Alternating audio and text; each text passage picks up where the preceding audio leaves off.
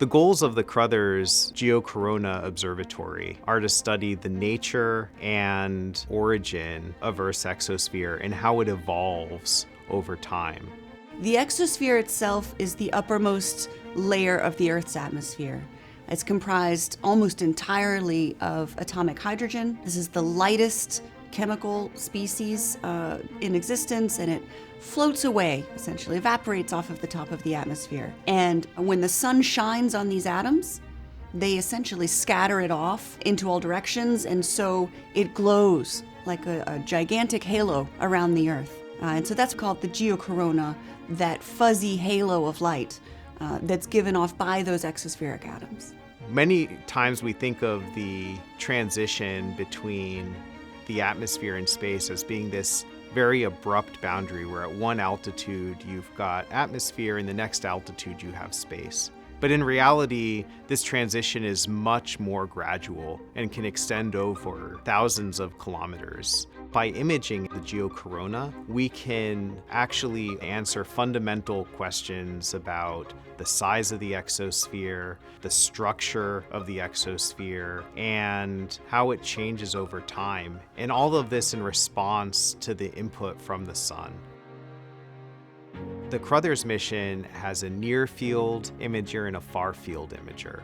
The near-field imager lets you zoom up really close and see how the exosphere is varying very, very close to the planet. The far-field imager is actually going to let you see the full scope and expanse of the exosphere and how it's changing far away from the Earth's surface.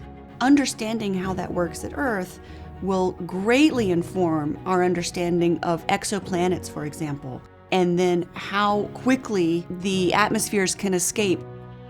Now, the first image of the exosphere that we ever got was obtained by an instrument made by Dr. George Crothers, who was a very outstanding scientist and engineer who created a telescope that landed on the moon in 1972 as part of the Apollo 16 mission. Houston, the Earth is maybe a quart. It's right in the middle. Outstanding. You did a good down sun alignment.